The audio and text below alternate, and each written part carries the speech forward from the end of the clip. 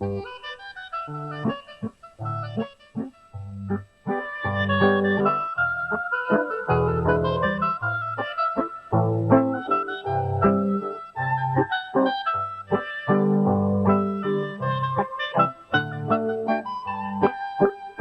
amarraditos los dos con sedas y terciopelo, yo con un recrujir de almidón y tú serio y altanero. La gente nos mira con envidia por la calle, murmuran los vecinos, los amigos y el alcalde. Dicen que no se estilan nada más ni mi peinetón ni mi pasador. Dicen que no se estilan los no, ni mi medallón ni tu cinturón. Yo sé que se estilan tus ojazos y mi orgullo cuando voy de tu brazo bajo el sol y sin apuro. No se espera nuestro cochero frente a la iglesia mayor, al progresito lento recorremos. Hola, ¿cómo están ustedes? Bienvenidos a nuestro programa. Comenzamos como siempre agradeciendo los llamados que recibimos la semana pasada y en especial el del señor Raspini Crespo, que nos comentó que él había vivido un año con su tío Crespo Kennedy, que fuera su secretario de Industria, en el Hotel Central, el hotel que presentamos la semana pasada. Bien, ¿cuál es el tema del día? Recorrimos las farmacias de Paraná, porque hoy la venta de remedios pasa por la sanción de una ley sobre medicamentos genéricos. Queríamos saber cómo está funcionando esto en Paraná. Además, la semana pasada vino a dictar una conferencia el doctor Alberto Ferrari Echeverri. Es una conferencia sobre cómo va a funcionar el ALCA. Recuerdan ustedes que ya hemos hablado del tema, el área del libre comercio de las Américas. Nosotros le hicimos una entrevista y él nos amplió algunos conceptos. Y como la semana pasada se cumplió un año del desastre de las Torres Gemelas en Nueva York, incluimos un editorial sobre el tema. Ya comenzamos entonces con la sesión en el Senado el día 28 de agosto, donde se dictó la ley sobre medicamentos genéricos. Escribir los medicamentos por el nombre de su droga genérica, con el fin de abaratar los precios de los remedios que han tenido un fuerte incremento en los últimos meses.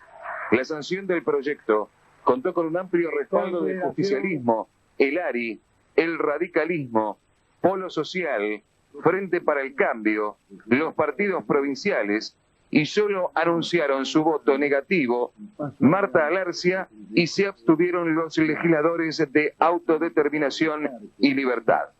La aprobación de esta iniciativa quedó despejada cuando quedó confirmado que la mayoría del justicialismo se expidió por el proyecto del gobierno y el radicalismo anunció su voto positivo luego de conseguir recibir la promesa de debatir otra iniciativa para establecer controles a la calidad de los genéricos. Vamos a ver ahora qué pasa en Paraná con los genéricos a través de nuestra recorrida por las farmacias. Bueno, si estamos vendiendo genéricos, o sea, sí, todo depende de lo que la gente considere genéricos. Genérico se considera a la droga en sí. O sea, las asociaciones de drogas no son genéricos, o sea, es cuando una marca deja de tener la marca y la droga pasa a ser el nombre principal y la marca es la secundaria. Hay marcas que tienen genéricos y hay genéricicos que tienen marcas. No sé si te queda claro. Acá en Farmacia del Centro es medio difícil. Consultan y bueno, le ofrecemos la distinta gama que hay. Y es más distinto también el poder adquisitivo de la gente. Va con el poder adquisitivo de la gente. La gente siente más confianza cuando compra un remedio que toda la vida, por tradición, la familia lo han comprado. La gente normalmente está viniendo con el nombre tradicional del medicamento y acá se le proponen las alternativas que puede haber. A pesar de todo esto, hay gente de que todavía es reacia a los cambios. Hay líneas de antibióticos de primera línea, caso del laboratorio Bagó bajó ostensiblemente los precios, 50%, 60%. Hay diferencias en algunos casos muy importantes que realmente conviene mucho la aceptación del cambio en cuanto al nombre de comercial del medicamento. En precios están ahí un poco por debajo de las primeras marcas. Pero debido a que la gente viene a la farmacia, pregunta al farmacéutico y nosotros le damos, digamos, en la misma calidad, la misma potencia, la misma cantidad de comprimido, otro medicamento con la misma droga. Está en el farmacéutico tratar de perder un par de minutos y buscar el medicamento, la computadora te lo permite, vos pones el nombre de la droga, rastreas en esa droga cuál es la droga que está en la canasta de medicamentos y vos se lo vendés. En este momento la gente tiene un poco de confusión y hay personas, ya empieza a buscar sobre la marca comercial, empieza a leer bien cuál era su droga, su genérico, y dice, tal droga, o sea, el genérico, ¿qué marca comercial es la más económica que tenés? Sí, estamos trabajando con muchas obras sociales que por ahí hay que irlas regulando, inclusive hay obras sociales que ya en sus convenios están permitiendo el cambio, o sea, el médico por ahí puede recetar el nombre comercial o también la monodroga y el paciente opta por lo que más le conviene. Esta es una obra social, AMUR acepta la prescripción por genérico. De hecho, nosotros tratamos de que al socio de AMUR siempre compre lo más conveniente, tanto le va a ser más conveniente a él, al bolsillo de él y a la finanza de la mutual, de la obra social. También en cuanto a la producción del laboratorio de las farmacias, está trabajando muy distinto a otras épocas, ya que se están elaborando cremas y todas esas cosas en el laboratorio de acá de la farmacia. Una variación en cuanto a la compra del cliente. Pide los preparados en lugar de las tradicionales que se utilizaban antes, con vitamina A, con antimicóticos, todo ese tipo, antialérgicos. Está saliendo ahora la producción del laboratorio de la farmacia. Lamentablemente en este momento en el PAMI tienen que comprar, digamos, la marca comercial que le está dando el médico. Como ven, el tema es bastante complejo y probablemente va a pasar un largo tiempo hasta que nos acostumbremos a consumir genéricos, pero obviamente los precios son contundentes en este tema. Vamos a una pausa y enseguida volvemos. Laurita sabe cómo buscar protección cuando algo la atemoriza. La familia de Laurita también. Ellos saben que la confianza está en el respaldo y la trayectoria. Para su tranquilidad, nosotros siempre estamos. Instituto del Seguro. Pasado, presente y futuro de los entrerrianos. Estuvimos con el doctor Alberto Ferrari Echeverri, quien vino a Paraná a dictar una charla sobre el ALCA, el Área de Libre Comercio de las Américas. Este hombre ha estado trabajando en la Cancillería, es hoy profesor de la Universidad Nacional de San Martín en el área de Historia, además director del Instituto de Estudios Brasileños, ha publicado en diversas revistas nacionales y extranjeras sobre temas internacionales e incluso colabora en Página 12. Alberto Ferrari Echeverri nos habla justamente sobre cómo Estados Unidos quiere imponer el ALCA en todo el hemisferio. Bueno, usted me pregunta sobre el ALCA y me decía recién fuera de cámara qué posibilidades habría de que comunidades de origen latino pudieran tener un equilibrio con una institución dominada por una mentalidad o por una cultura de origen anglosajón. Y yo le traía el ejemplo de México. Yo no quiero desvirtuar al ALCA en función de abstracciones, ni tampoco podría explicar mucho historia y futuro, ni lo que puede hacer en el futuro, y que si entramos al ALCA hemos perdido, como en el cuento bíblico, hemos entregado la primogenitura por un plato de lentejas. No, primero quisiera hablar en concreto. Si mañana hay un plato de lentejas del ALCA para los entrerrianos que no comen y que no trabajan, yo no tendría la capacidad de decirles rechacen el plato de lentejas. Primero, el plato de lentejas. Después, las ideas y pensemos. Y pensar. ¿No es cierto? Cuando fue la crisis del tequila en México, ya México bien integrado en el NAFTA, que en definitiva el ALCA no es sino un NAFTA expandido, o pretende ser un NAFTA expandido, ojalá no fuera, porque es peor en realidad. Ya México, digo, integrado con Estados Unidos, se entendió que el apoyo del gobierno de Clinton para solucionar la crisis del tequila, la contrapartida iba a ser la entrega completa del petróleo mexicano, no tanto al capital norteamericano, sino al capital en general. Es decir, que era incompatible el Estado mexicano propietario de una empresa como Petróleos Mexicanos, de tanta importancia y gravitación en el mundo, dentro de la lógica de la economía norteamericana basada en los actores privados en el mercado, por más que esos actores, a menudo, como ocurre ahora, estén solventados y los negocios hechos a partir del Estado norteamericano. Pero lo cierto es que los agentes son siempre privados. Es casi imposible imaginarse una empresa californiana estatal de petróleo. Bueno, y entonces se decía, México va a tener que entregar petróleo mexicano, no va a haber poder el Estado mexicano. Sin embargo, México sigue manteniendo la herramienta del petróleo en manos del Estado. Y esto significa que en estos muchísimos años, las décadas que vienen, 150, 170 años de México como vecino de Estados Unidos, un gran líder mexicano decía que México tenía dos maldiciones.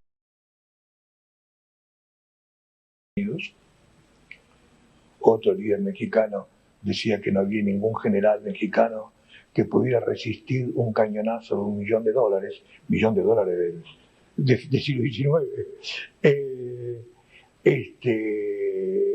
En estas terribles anexiones de territorio, California, Texas, etcétera, la intromisión de Estados Unidos en los conflictos mexicanos, hasta prácticamente la Primera Guerra Mundial y la Revolución Mexicana, ha ido formándose no solo un concepto nacional, una cultura nacional en México, sino lo que podemos estrictamente hablar de una clase empresaria, una burguesía capitalista mexicana que tiene conciencia de sus intereses y que por lo tanto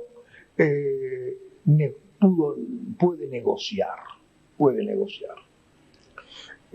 Por eso que a mí no me gusta tratar el tema del AICA como una abstracción. Yo no le voy a decir que esto nos hiere en la soberanía nacional o en la dignidad. Soberanía y dignidad nacionales que, por cierto, ya están, después de 10 años de la corrupción menemista, están bastante maltrechas, si es que todavía queda algo, ¿no? Algo objetivo, ¿no? Lo que usted sienta, lo que yo sienta, algo objetivo de esta comunidad, donde tiene su dignidad como conjunto, ¿no?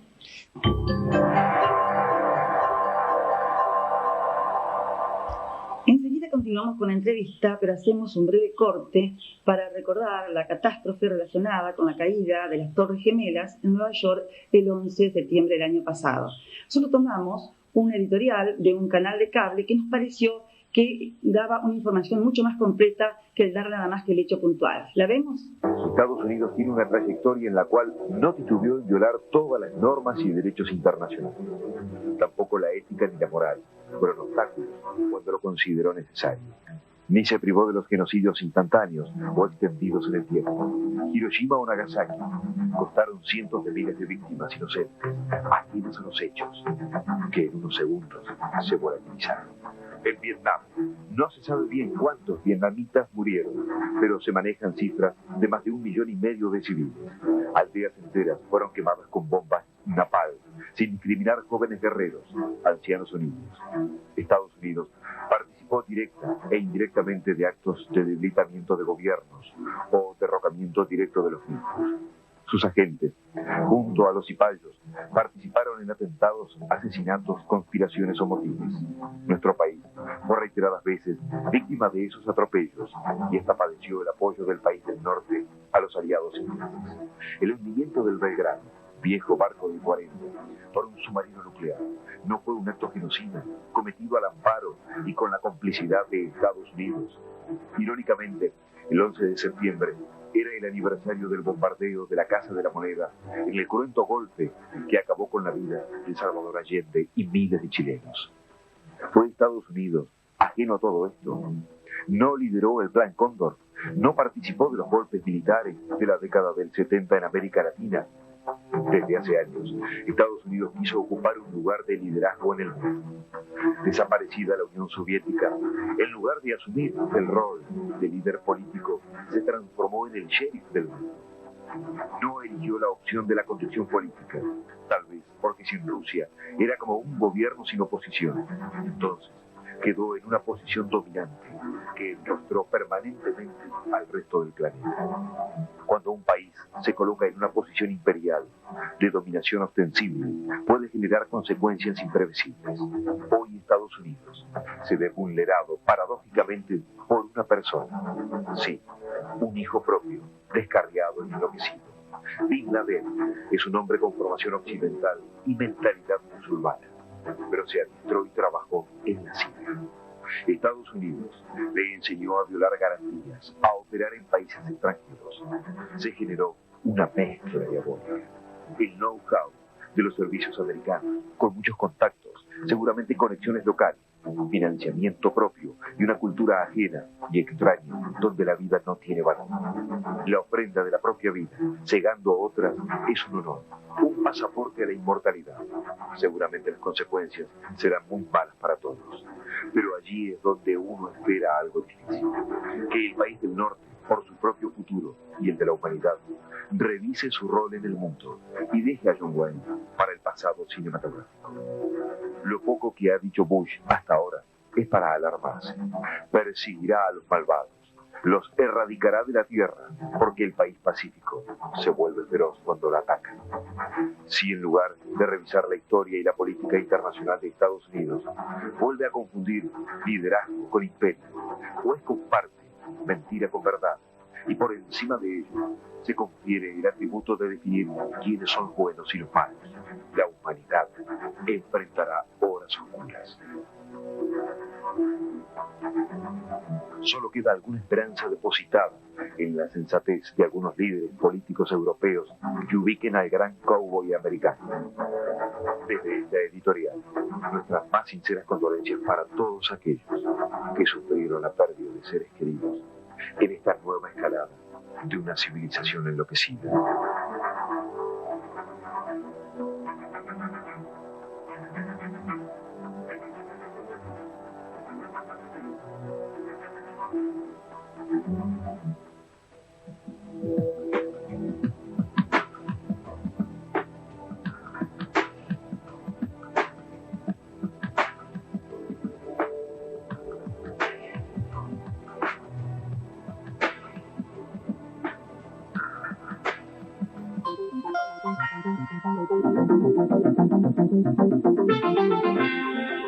Este es un tema que queda abierto y probablemente próximamente lo vamos a continuar. Ahora volvemos a la entrevista que le hicimos a Alberto Ferrari Echeverri sobre el ALCA. El ALCA aparece como una zona de libre comercio. ¿Qué significa eso? Donde los productos, como regla general, ingresan en uno u otro país libres de impuestos aduaneros. Entonces a uno acá en la Argentina le dicen el mercado más grande del mundo, qué posibilidades, fenomenal para poder vender. Entonces uno pregunta, ¿para vender qué? Porque la historia demuestra que primero se produce y después se vende, no primero se vende y después se produce. Los países africanos, usted les puede dar el ingreso irrestricto, como lo han tenido, a un país, a un mercado muy rico, y no están en condiciones de aprovechar esa teórica libertad porque no pueden producir, no están en condiciones de producir. Entonces, el problema argentino no es un problema de que no produce porque no tiene mercado, es un problema de que no produce. Cuando produzca, el mercado aparecerá. Había un viejo refrán, hablando de los ingleses, que decía que el comercio va detrás de la bandera. El comercio era las mercaderías que Inglaterra producía y venía a vender aquí ponchos. Producía ponchos, venía a vender ponchos y desplazaba los ponchos catamarqueños. Y venía detrás de los barcos de guerra, detrás de la política. Este es un orden, ¿no?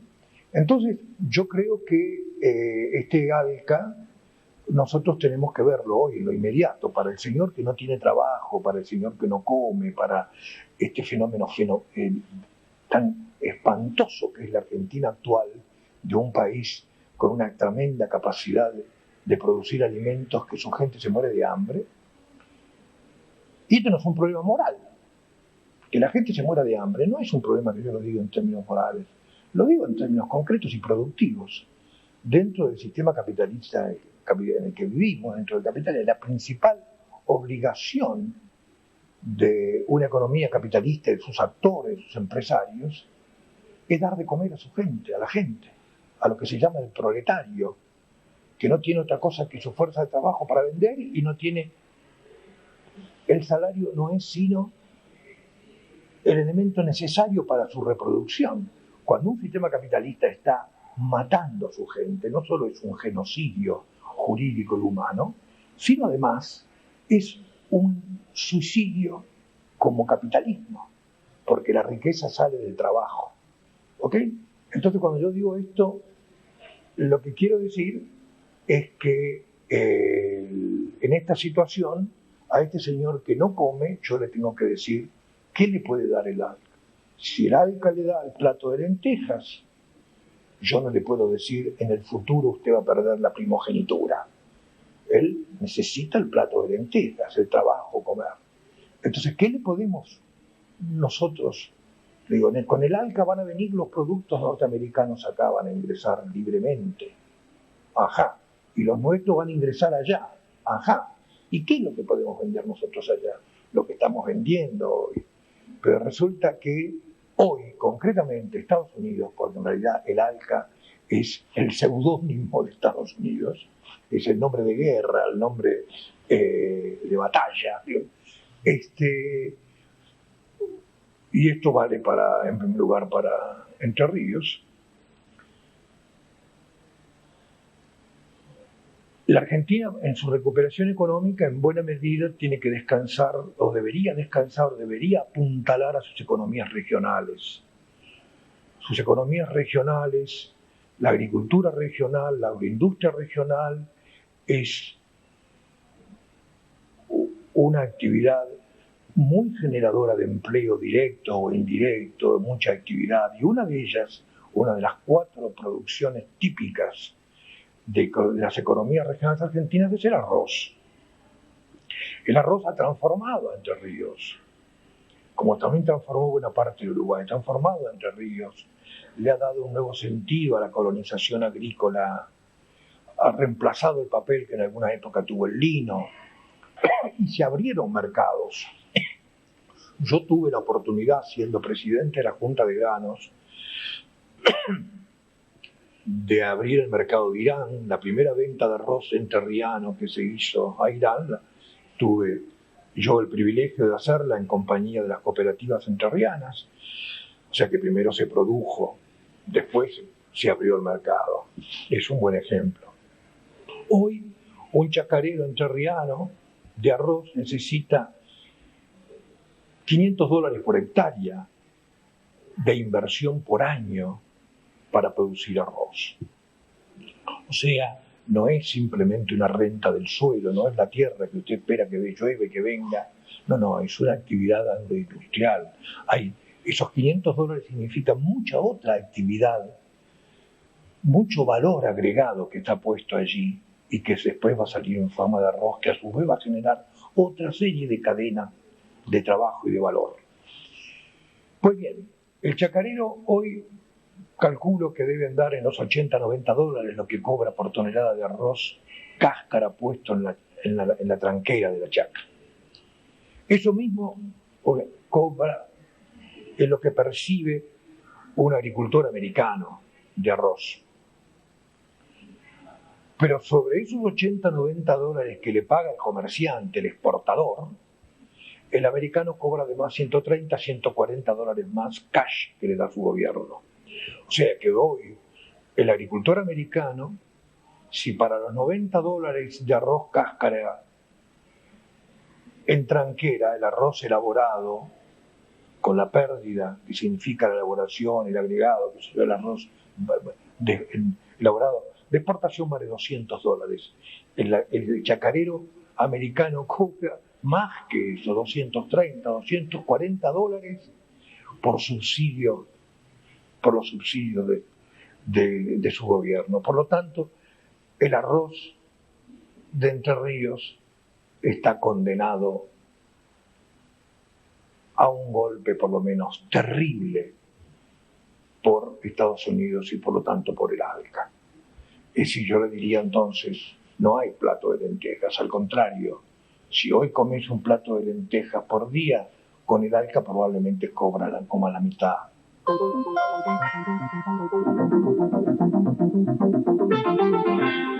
Continuaremos con el doctor Ferrer Echeverri la semana próxima analizando la relación del ALCA con los distintos países de Latinoamérica. Con esto llegamos al final. Nos encontramos nuevamente el domingo a las 20 horas o el miércoles a las 23. Hasta pronto. América despierta nuevamente y no es que sea feliz su despertar, pero es que esta mañana se le advierte su decisión unida de luchar. No dejará al destino y a la suerte la deuda que le tienen que pagar. Enriqueció otras vidas con su muerte, hoy renace y al fin echado a andar. He despertado susurrando una nueva canción y mi ventana se llenó de sol. Salgo a buscar el hecho y la razón de tanta emoción. Buenos días América, ¿cómo estás? Muy buenas.